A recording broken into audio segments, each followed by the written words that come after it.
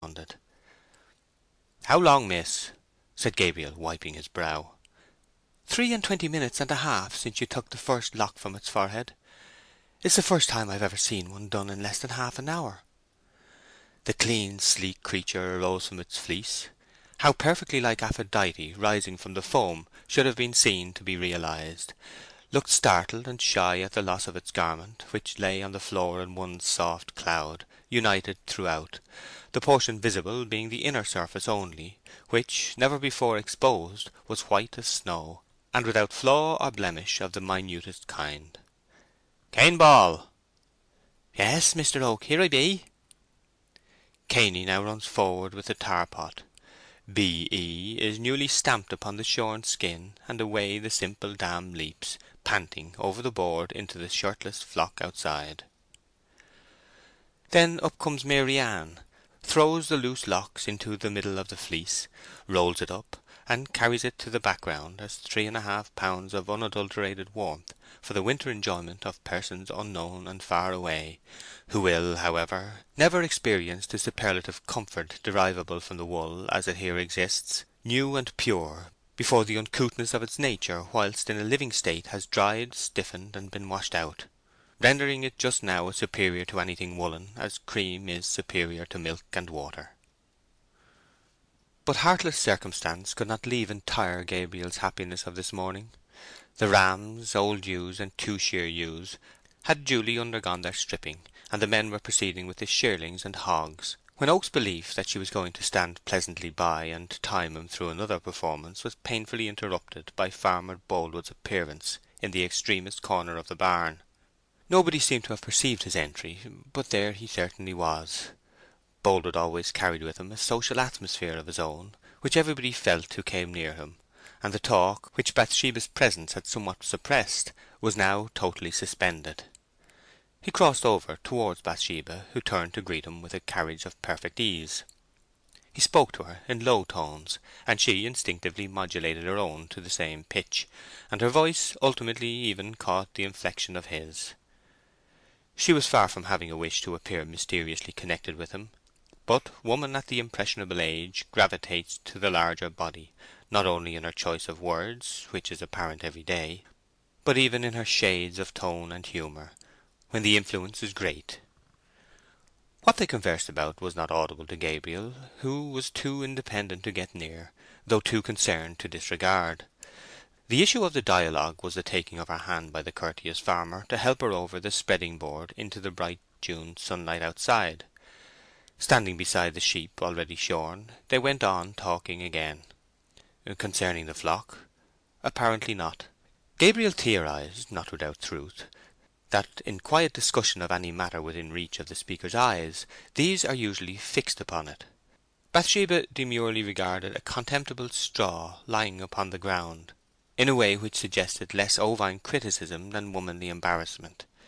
She became more or less red in the cheek, the blood wavering in uncertain flux and reflux over the sensitive space between ebb and flood. Gabriel sheared on, constrained and sad. She left Boldwood's side, and he walked up and down alone for nearly a quarter of an hour. Then she reappeared in her new riding habit of myrtle green, which fitted her to the waist as a rind fits its fruit, and young Bob Coggan led on her mare, Boldwood fetching his own horse from the tree under which it had been tied. Oak's eyes could not forsake them, and in endeavouring to continue his shearing at the same time that he watched Boldwood's manner, he snipped the sheep in the groin. The animal plunged. Bathsheba instantly gazed towards it and saw the blood. "Oh, Gabriel!" she exclaimed with severe remonstrance. "You, who are so strict with the other men, see what you are doing yourself." To an outsider there was not much to complain of in this remark, but to Oak, who knew Bathsheba to be well aware that she herself was the cause of the poor ewe's wound, because she had wounded the ewe's shearer in a still more vital part, it had a sting which the abiding sense of his inferiority to both herself and Boldwood was not calculated to heal. But a manly resolve to recognize boldly that he had no longer a lover's interest in her helped him occasionally to conceal a feeling. "Bottle!" he shouted in an unmoved voice of routine. Cainy Ball ran up, the wound was anointed, and the shearing continued. Boldwood gently tossed Bathsheba into the saddle, and before they turned away she again spoke out to Oak with the same dominative and tantalizing graciousness. "I'm going now to see Mr. Boldwood's Leicesters. Take my place in the barn, Gabriel, and keep the men carefully to their work." The horses' heads were put about, and they trotted away. Boldwood's deep attachment was a matter of great interest among all around him, but having been pointed out for so many years as the perfect exemplar of thriving bachelorship, his lapse was an anticlimax somewhat resembling that of St. John Long's death by consumption in the midst of his proofs that it was not a fatal disease. "That means matrimony," said Temperance Miller, following them out of sight with her eyes. "I reckon that's the size of it," said Coggan, working along without looking up. "Well, better went over the mixen than over the moor," said Laban Tall, turning his sheep. Henry Fray spoke, exhibiting miserable eyes at the same time. "I don't see why the maid should take a husband when she's bold enough to fight her own battles, and don't want a home, for 'tis keeping another woman out. But let it be, for 'tis a pity he and she should trouble two houses." As usual with decided characters, Bathsheba invariably provoked the criticism of individuals like Henry Fray. Her emblazoned fault was to be too pronounced in her objections, and not sufficiently overt in her likings.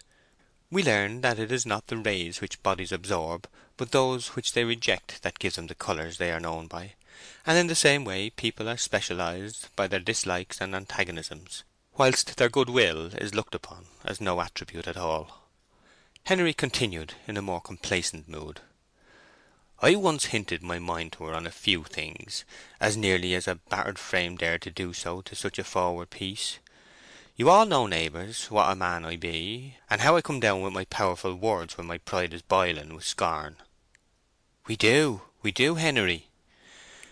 "So I said, 'Mistress Everdene, there's places empty, and there's gifted men willing, but the spite—no, not the spite, I didn't say spite, but the villainy of the contrary kind,' said I, meaning womankind, 'keeps 'em out.'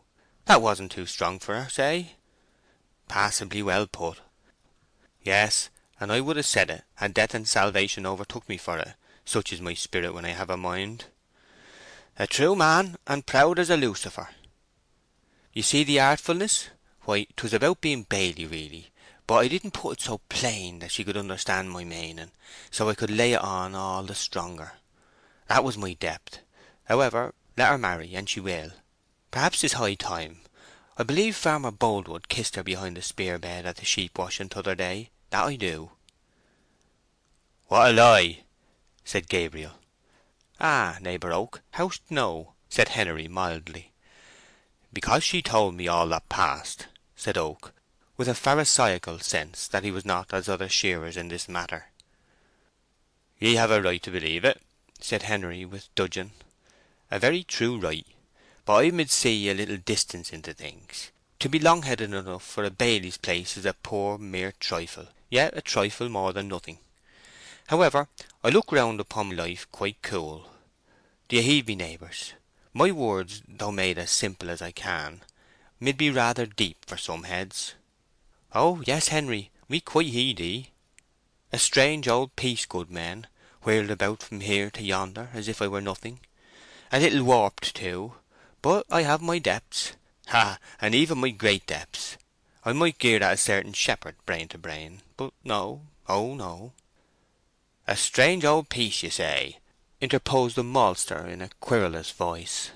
"At the same time you be no old man worth naming. No, no old man at all. Your teeth bain't half gone yet, and what's a old man standing if so be his teeth bain't gone? Weren't I stale in wedlock afore ye were out of arms? 'Tis a poor thing to be 60 when there's people past fourscore, a boast weak as water." It was the unvarying custom in Weatherbury to sink minor differences when the maltster had to be pacified. "Weak as water, yes," said Jan Coggan. "Malter, I feel ye to be a wonderful veteran man, and nobody can gainsay it." "Nobody," said Joseph Poorgrass. "Ye be a very rare old spectacle, Malter, and we all admire ye for that gift." "Ah, as a young man, when my senses were in prosperity, I was likewise liked by a good few who knowed me," said the maltster. Without doubt you was.